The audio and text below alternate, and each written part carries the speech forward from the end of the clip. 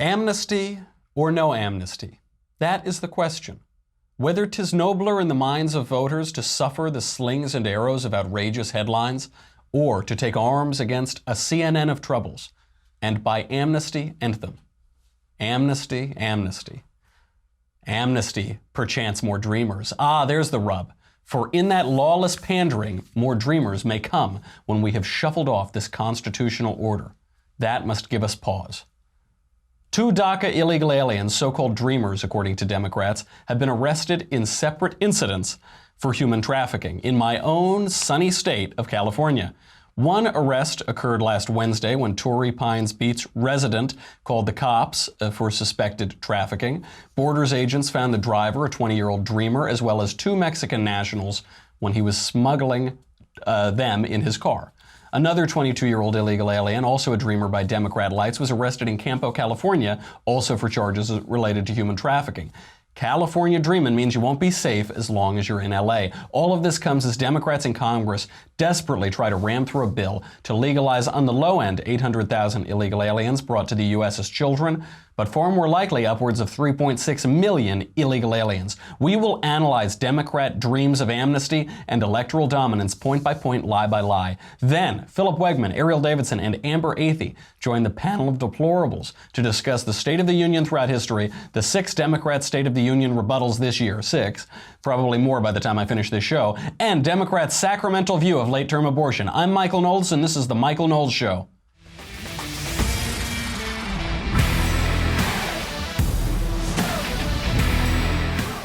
So much to get to today. The trouble with euphemisms is that eventually reality catches up with them, and then you get the Chico Marx line, who you gonna believe, me or your own eyes, your own lion eyes? Democrats have labeled a massive group of illegal aliens dreamers, and they're only referring to illegal aliens brought to the United States when they were minors. No fault of their own, they say, their parents' fault. These are the people unconstitutionally protected by Barack Obama's DACA program. The trouble with DACA is that it only protects a certain group of illegal aliens brought to the U.S. as minors. It only protects those who were born after June 15, 1981, have lived in the U.S. continuously since June 15, 2007, and registered for the program between June 2012 and September 2017. Trouble is, that covers nowhere near all of the illegal aliens brought to the U.S. as children. Steny Hoyer, Democrats' House Minority Whip, even admitted as much when he pointed out that the euphemism dreamer and the technical term DACA recipient are not a distinction without a difference. There is a difference between those two things. Democrats want to pretend there aren't. 2 weeks ago, USA Today gave the fuller story. The real number of illegal aliens brought over as children is around 3.6 million, 4.5 times as many as Democrats admit in all of their legislative maneuvering. That is an estimated third of all illegal aliens in the U.S., and that doesn't count the millions of immediate family members who are already citizens. That's a convenient omission, since amnesty for the dreamers would be a dream come true for Democrats. According to Pew Research, Hispanics are 5 times as likely to identify with the Democrat Party as with the GOP. Even among registered voters, the trend holds.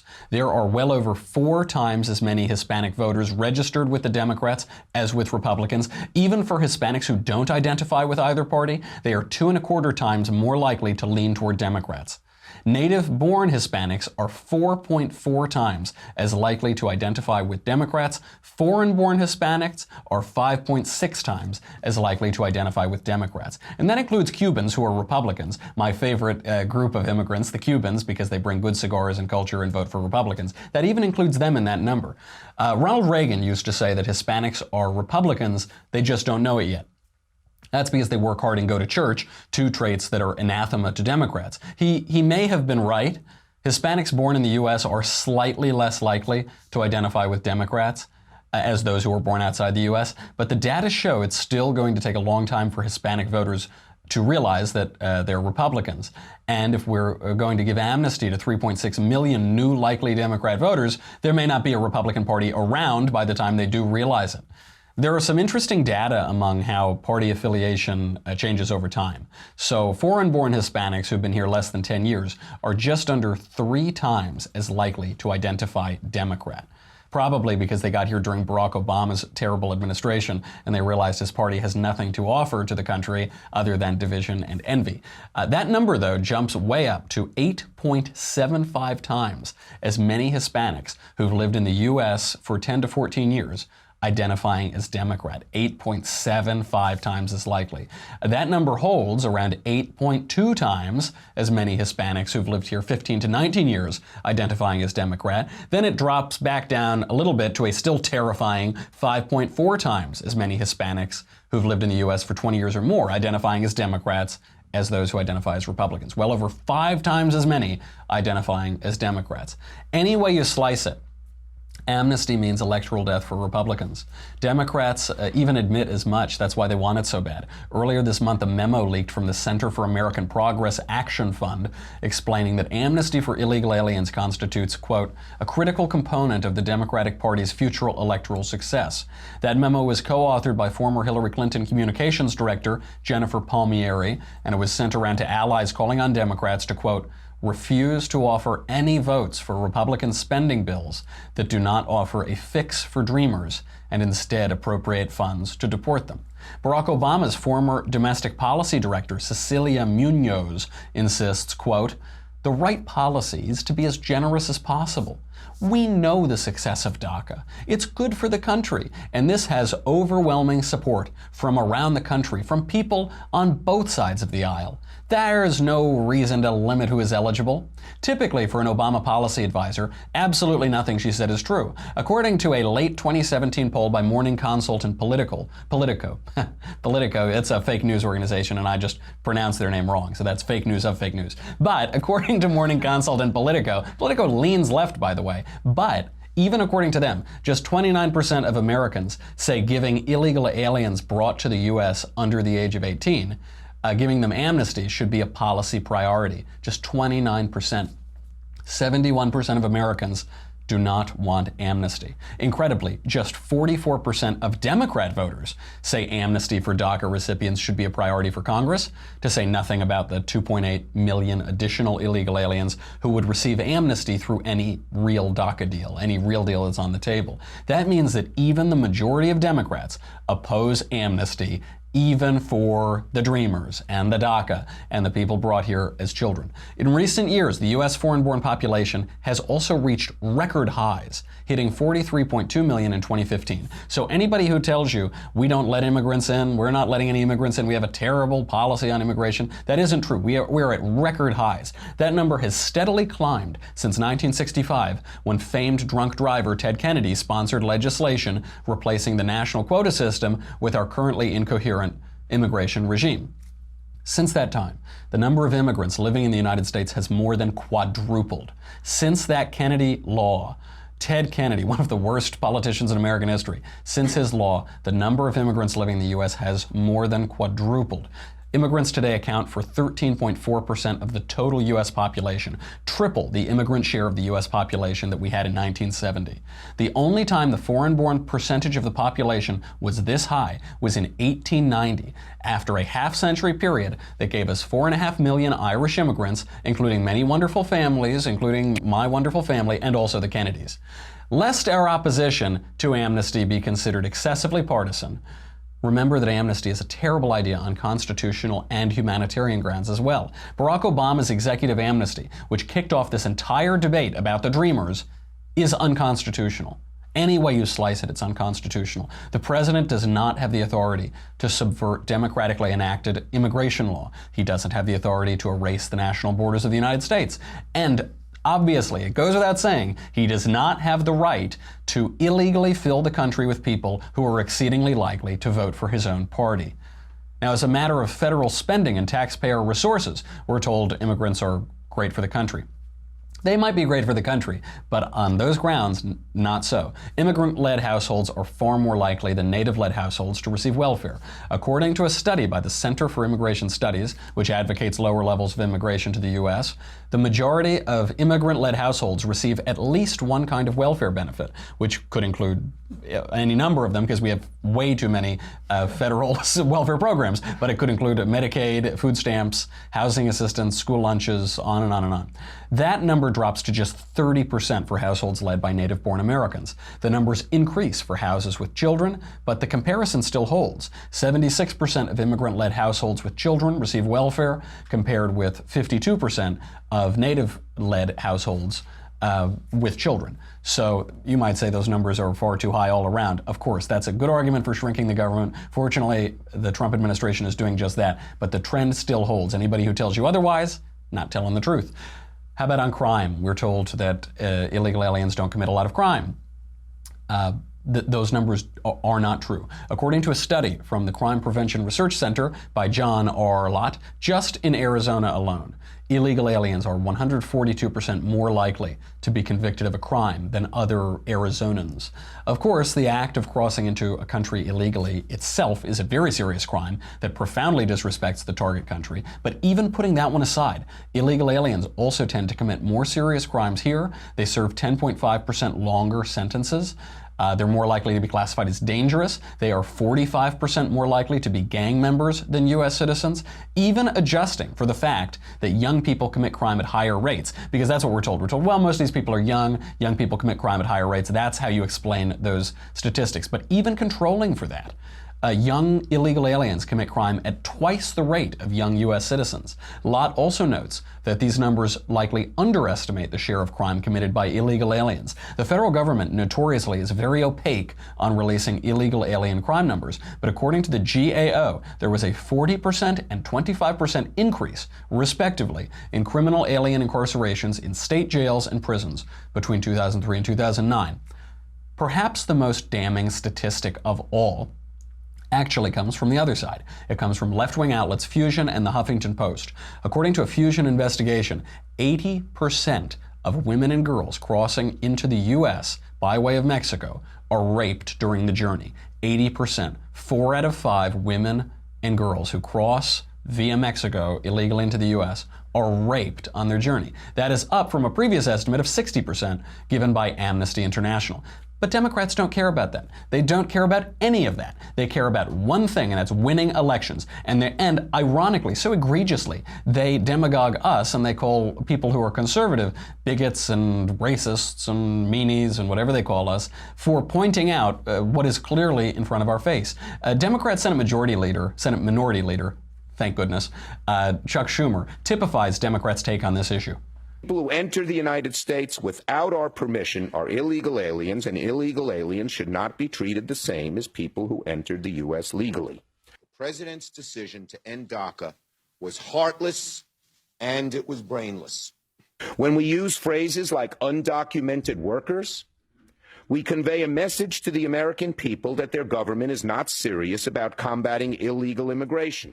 Hundreds of thousands of families will be ripped apart. Now, I know you might have been confused because you heard Chuck Schumer, the same guy, speaking on both of those times. But that was old Chuck Schumer when it was politically advantageous to him to pretend that he didn't want to give amnesty to all of the illegal aliens. And then now he can be honest about his opinion and say, yes, we need to give amnesty because then we'll win all of the elections. Quite the turnaround. But then the possibility of finally wiping out the GOP entirely is a strong incentive to evolve on the issue. Country be damned. Let's get to our panel to see what they think about this. We have Philip Wegmann, we have Erielle Davidson, we have Amber Athey. But look, I know you want to talk to all of these people. They're going to give excellent analysis of this issue. But first, we can't talk about that because we need to talk about sleep. Now, you know, I love to sleep. I need at least 18 hours a day just to maintain my beauty rest. I had to go the other night, yesterday I was on Fox News at 2:15 in the morning or something like that. I couldn't get my requisite sleep and I was dead. I was destroyed. I couldn't. Sleep is very important. Most people spend a third of their life sleeping. I spend it at least 2/3. And I've moved around a lot. I've moved from New York, Connecticut, California. I've hopped all around the country. Buying a mattress is just awful. It is just a terrible experience. I've done it multiple times. Helix Sleep makes it so much better. There are a ton of online mattress retailers popping up these days, and they all have a one-size-fits-all solution to a better sleep. Now, look, online is better than going into those stores. If you go into those stores, you can never compare prices. They always have different names on. They're going to pounce on you. It's really very hard to tell. But for the online mattresses, they just want to sell you the one product that they make. But one size does not always work. As I frequently point out, people, usually spouses, have different preferences for their beds. Some people, for instance, I like a firmer mattress, and sweet little Elisa likes a mattress that I am not on. So couples have different decisions. Helix Sleep offers something that doesn't exist anywhere else, a mattress personalized to your unique preferences and sleeping style that will not set you back thousands of dollars. So if you go to helixsleep.com/Knowles, Knowles, that's right, just like the last name of JC's wife, Knowles, take their simple 2 to 3 minute sleep quiz. They will build you a custom mattress that will be the best thing that you have ever slept on. I will not do anything in this world that takes more than 3 minutes. I just don't want to. I'm a millennial man. I got stuff to do, and I have no attention span. Go there. They'll do it very, very quickly for you. For couples, they will personalize each side of the mattress. If, men, you are like me and you prefer a firmer mattress and your wife prefers a mattress that you are not on, they probably could even figure that out. Everyone from GQ to Cosmo to the New York Times are all talking about Helix. Once you try it out, you will know why. Your custom mattress arrives direct to your door in a week. Shipping it is completely free, and you can try it for 100 nights risk-free. There's no risk at all, no reason not to do it. If you don't love it, they will pick it up and refund you. So what should you do? You should go to helixsleep.com/Knowles, Knowles. Right now, you will get $50 toward your custom mattress. That is my gift to you. $50. Don't say I never did anything for you. helixsleep.com/Knowles, Knowles, for $50 off your order. helixsleep.com/Knowles. Okay, let's bring everybody on. Philip and Amber and Erielle, friends, countrymen, thank you for being here. Philip, the American people are against amnesty. But recent numbers show that even Democrats are now against amnesty, even for illegal aliens brought here under the age of 18. This was very shocking for me to read those numbers. Why has this shift occurred? Well, I think that there is general support for finding a solution to the Dreamer situation on both the left and the right side of the aisle. Since 2000, for crying out loud, Republicans and Democrats have said that they're going to do something about this. Now President Trump has actually put forward a deal. He's asking for about $25 billion for border security, 5 more than what Chuck Schumer offered immediately before the shutdown. And he's offering amnesty for about 1.8 million Dreamers. So the question now is, you've got a president who campaigned on one single issue, which was border security. Are Democrats going to take him up on this offer? Because frankly, he's already getting pressure from his flank, from conservatives on this one. So I don't think Democrats will ever get a better deal than this. It is an incredible deal, and you're right. People, they always want a solution. We just want to do something. We want to fix it. But we also know when you dig down into those numbers, even the majority of Democrats don't support amnesty as a priority. Right. So right. Has there been a shift in public opinion that doesn't match the shift in the political negotiations that's going on? Well, as far as public opinion goes, I mean, it's pretty clear that this was the motivating issue for President Trump on the campaign trail. And you were talking a second ago about amnesty and how there's some negative opinions surrounding that policy. I think the reason why Republicans are willing to move forward with amnesty for this 1.8 million Dreamers is because they want an end to chain migration and also the visa lottery program as a result.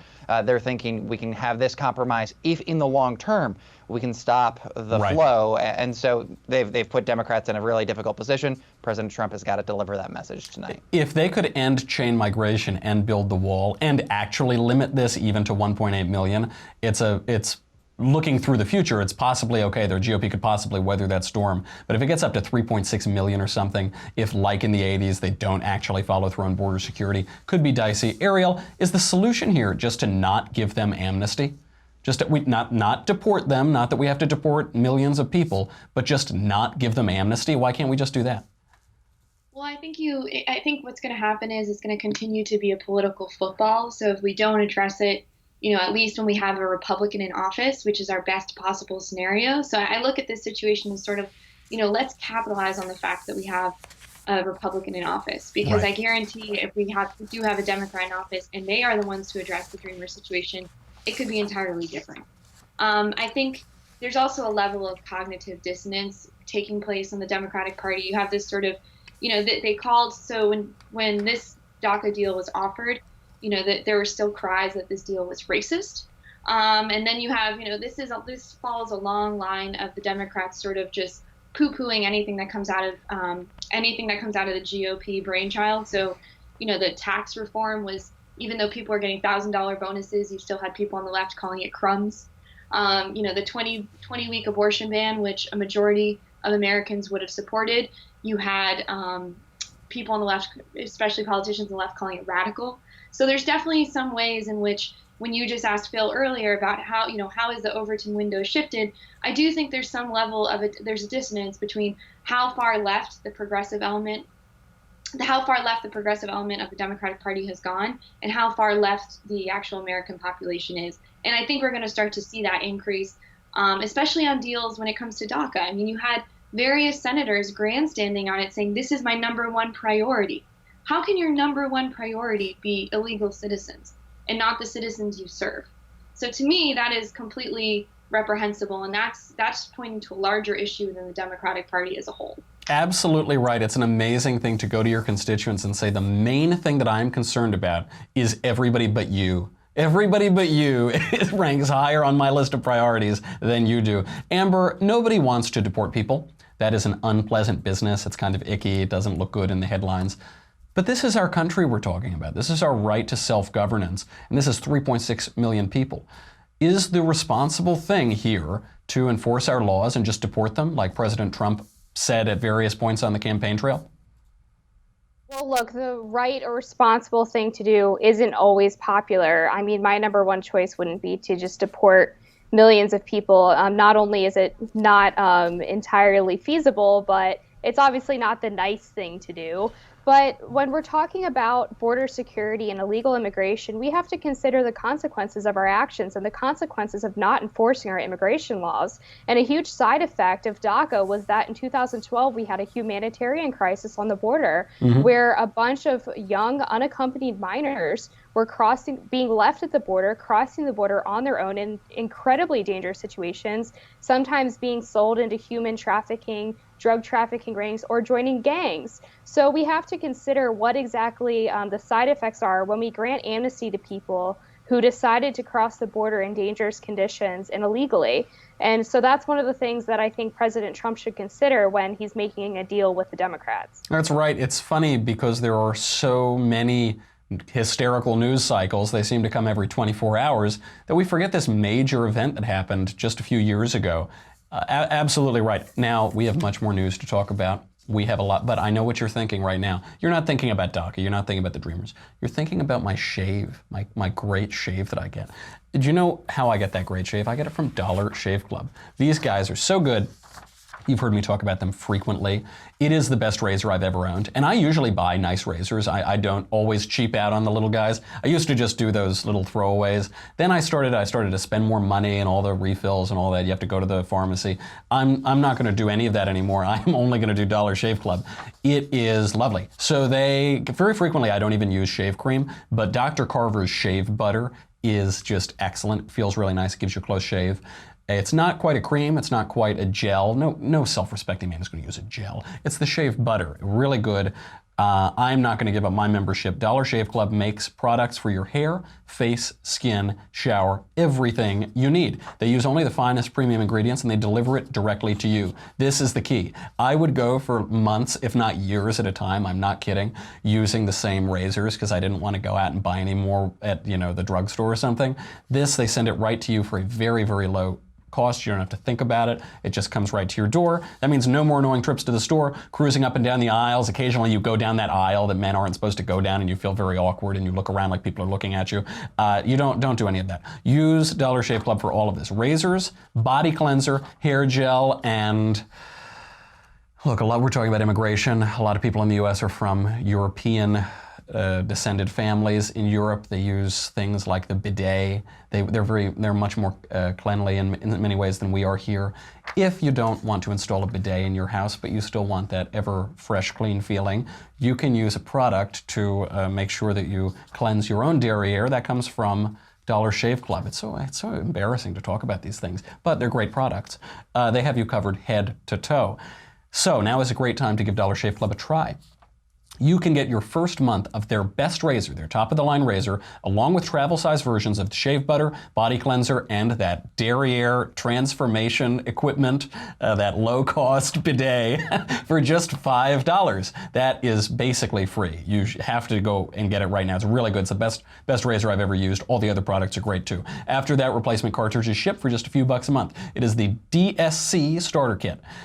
Get yours for just $5 exclusively at dollarshaveclub.com/covfefe, C-O-V-F-E-F-E. That is a very important word in these political times, C-O-V-F-E-F-E. dollarshaveclub.com/covfefe. Marshall, what is it?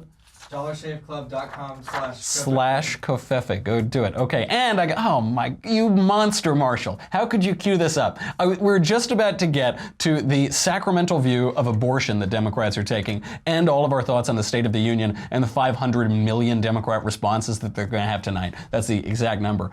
But I'm sorry, if you're on Facebook and YouTube, you cannot watch it. You've got to go over to dailywire.com. If you're already there, thank you very much. You keep the lights on. You keep Covfefe in my cup. You keep Dr. Carver shave butter on my face. If you haven't done that already, you go over there right now. It's $10 a month and $100 for an annual membership. You get me. You get the Andrew Klavan Show. You get the Ben Shapiro Show. You get the conversation. You get to ask questions during the conversation. Many can watch. Few can ask questions. Many are called. Few are chosen. I think I'm up next for the conversation, so go do it. Tonight, we're going to be doing the State of the Union. We're going to be hosting. It'll be me, Ben, Drew, the Daily Wire God King, Jeremy Boring. We're going to have some special guests that we haven't announced yet. We're going to be smoking stogies and drinking too much and having a great time looking at President Covfefe and making fun of all the Democrats. So be sure to tune in for that. That's 5 to 9 p.m. On the West Coast, and that is 8 to midnight, I guess, on the East Coast. And it'll be a lot of fun and probably going to imbibe too much and it'll get a little rowdy. So go over there right now. But none of that matters. What really matters is this, the Leftist Tears Tumblr. You're going to need it tonight. There are going to be 6 Democrat responses to the State of the Union that we're about to talk about. It's going to be coming out of the walls. It's going to be coming out of the woodwork. Make sure you protect yourself and your family with the Leftist Tears Tumblr.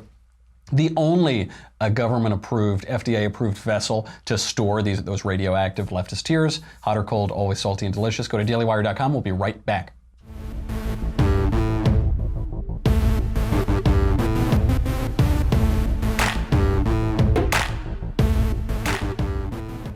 All right, panel. In other news, Democrats are thrilled that they have successfully blocked a law preventing late-term abortion on babies who can feel pain. Good job, Democrats. You should feel really proud of yourself, huh? Upon blocking this bill and sending untold scores of late-term pain-capable babies to certain death, Chuck Schumer high-fived fellow Democrat Heidi Heitkamp. Philip, according to a Marist poll from late 2017, the majority of American women support outlawing abortion in 99% of cases. Now, this doesn't have to do with how they identify pro-life or pro-choice kind of malleable euphemisms. When you get down to the brass tacks and the bones of abortion, the majority of women oppose virtually all abortions. Why are Democrat lawmakers so insistent on keeping late-term abortion legal? Well, because Democrats simply don't care about popular opinion when it comes to abortion. Their abortion orthodoxy is unbending, and they are going to make certain that the United States stays in the company of other nations which allow third trimester abortions, nations like North Korea and China. And this is really unfortunate because they often do this to their own political detriment. I mean, DNC chairman Tom Perez found this out earlier in the summer. He was going across the country trying to do this soul-searching tour to get back in touch with real America. And I think he's still looking, by the way. I think that soul-searching tour didn't turn up too much. Yeah, but he stops in Nebraska, right? And he runs across this guy named Heath Mello, who is a pro-life Democrat who's running for mayor of Omaha, because in order to be the mayor of Omaha, you have to be pro-life. He endorses him, and then 24 hours later, he's brought to his knees by Democratic donors who say that this is completely reprehensible. You have to be pro-choice to be Democrat. And even when it's to their own detriment, they insist on following up with this. But I think that the pro-life Democrat is actually going to make a comeback. And I think we saw this the other day with the Pain Capable Act. You had Democrats like Joe Manchin of Indiana actually vote for the legislation because they know, well, they're from states that are deep red and that Trump won. And if they're going to make a pitch to religious or evangelical voters come November, they need to be able to say that they're somewhat pro-life. So I think the pro-life Democrat might be coming back. There's a very good shot. Joe Manchin, and you said Indiana. I think you meant West Virginia. Oh, Joe Donnelly. You're thinking Joe Donnelly. Yeah. But Manchin, I see how you get them confused because Joe Manchin is another one who's he's the last blue dog left in the country, and you wonder, are these guys going to go completely extinct, or in order to win elections, are Democrats going to have to come back and contravene their fanatical orthodoxy a little bit? Erielle, will Democrat lawmakers have to answer for this come election time, or will this not matter with their constituencies? Heitkamp is from North Dakota, which tilts in favor of abortion. Will there be any consequences for them? Or, as Philip predicts, will there be a return of the pro-life Democrat, or are they going the way of the dodo? Well, I think there will be consequences for individuals like, for instance, Doug Jones. So he was just as bad as we thought he was going to be, and he voted in favor of not passing this ban. And so when he won the special election in Alabama, there were lots of people on the right and the left who said, you know what, don't be hysterical about Doug Jones. He's not as bad as we think he is when it comes to abortion. He is just as bad as we thought he was going to be. Not to mention you have individuals like Lisa Murkowski, Susan Collins, both Republicans from Alaska and Maine respectively, who both voted against the ban as well. Mm-hmm. And they've been a perpetual headache for the GOP in general, so that really didn't shock me. Everything from Obamacare and whatnot, they've been a tremendous headache when it comes to voting. But in general, do I think we're going to see repercussions of this?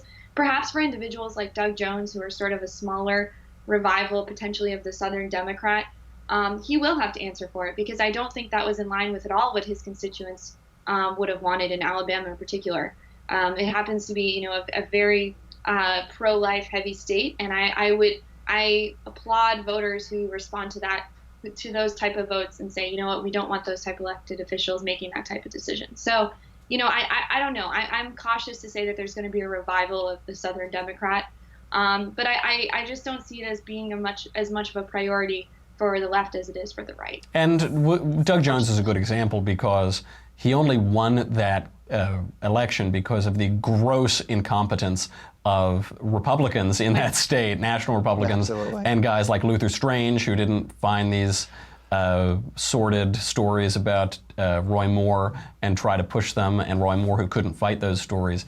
And obviously Steve Bannon, it was pilloried for losing Alabama for Republicans. But as a result now of that, Doug Jones is going to have to answer, because Alabama hasn't completely flipped overnight.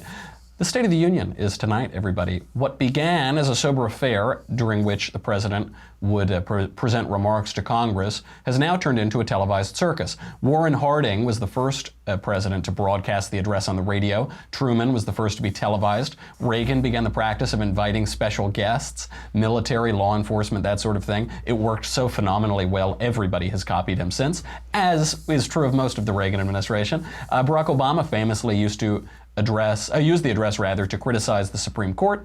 While the Supreme Court could not do anything in response, they had to sit there like puppets, other than the great hero, Sam Alito, who just shook his head and said no. Antonin Scalia famously boycotted the State of the Union because it is a frivolous parade. Amber, is it time to end this circus, or is it good for the American people to see these remarks, regardless of how silly they appear? I think circus is exactly the right word. And I've already heard so many liberal media pundits complaining that the State of the Union is going to be boring because President Trump is going to read a scripted speech. And I think it's really funny to finally have them admit that the way that Trump speaks from the heart and the way that he usually addresses his constituents is actually really not only entertaining, but just really gripping. So that's been interesting to see on Twitter and on TV and the like. Now, the Democratic response, I think, is going to be the really interesting part of the State of the Union tonight, because they have none other than a Kennedy delivering the response to Trump's State of the Union, proving that they learned absolutely nothing from the 2016 election, because they've chosen yet another establishment, ancestral well, Democrat. What's really amazing about this, too, What's amazing is that these responses to the State of the Union have never gone well. For either party, they call it the curse of the State of the Union response. And so who do they pick to break a curse? They pick a Kennedy. Because nobody knows how to break curses quite like Kennedy's, isn't that right? Philip, politics is a major form of American entertainment. We elected the pioneer of reality TV to become the president himself. Does this obsession with politics as entertainment show that we've decayed as a culture, as C.S. Lewis might describe? Or is it good that Americans we're so plugged into our political process? I'm sure the ratings are going to be through the roof. Well, politics is definitely downstream from culture, and that's how President Trump floated into the Oval Office. He's fun to watch. I mean, if you go to a Trump rally, it's a rock concert because everyone is excited about what he's going to say, and everyone is kind of waiting for him to say something crazy. That's the way it is. Tonight, I think there is a little bit of frustration that he's going to be on script. But last year during the joint address, he got rave reviews. He was incredibly presidential, especially when he was talking to the widow of that Navy SEAL. And I think that we'll probably see something similar. He's going to be plugging his past achievements and pitching reform on immigration. And I think he's got an opportunity to show that he's kind of the adult in the room when it comes to making these deals, because Democrats have just shut down the government. Quickly to bounce off what the last guest said, Democrats definitely have multiple personality disorders, and choosing Joe P. Kennedy III is just amazing. I mean, what screams more American than an Ivy League, blue-blooded, trust fund baby? Just rich Uncle Pennybags the Eighth. That's going to be the next State of the Union response. How could it not? Erielle, we've got to go. We have run out of time, but do you have any final thoughts on this ridiculous circus tonight? Well, Jay Koss from the Weekly Standard had a good quote. He said, "The State of the Union is much too kingly for a republic," and I err on that side when it comes to the State of the Union address. I think at one point, it served a purpose for updating Congress, and now it has become sort of a self-aggrandizing event on behalf of the president. It's like Burger Kingly. It isn't. There's nothing actually regal about it. It's so I see the point. We are worshiping at the altar of the presidency in many ways when we watch it. But my problem isn't that the affair is too monarchist or something. My problem with it is it's so crass and vulgar. It sends shivers up my spine. Well, yeah, I would have to agree with you on that front, but I think that at this point, it is entertainment. I side with Phil. At this point, bring it on. I'll pour a glass of wine, I'll sit and watch it, and I'll be happy to do so. In for a penny, in for a pound, so goes the Republic. C'est la vie. Okay, panel, thank you all for being here. We have Philip Wegmann, we have Erielle Davidson, and we have Amber Athey. That's it. That's our entire show. Be sure to tune in. We're going to be broadcasting within just a matter of hours. I'll probably start drinking about now. It'll be me, it'll be Ben, it'll be Drew, it'll be Daily Wire God King Jeremy Boring. The special, can I tell them? I can't tell you who the special guests are, but it's going to be a lot of fun. So make sure you tune in. That's going to be starting just a few hours, 8 p.m. Eastern Time. Do not miss it. It'll be on our Facebook, on our YouTube, on the Daily Wire. Make sure to check it out there. Until tomorrow, folks, or I suppose until tonight, I'm Michael Knowles. This is The Michael Knowles Show. I will see you soon.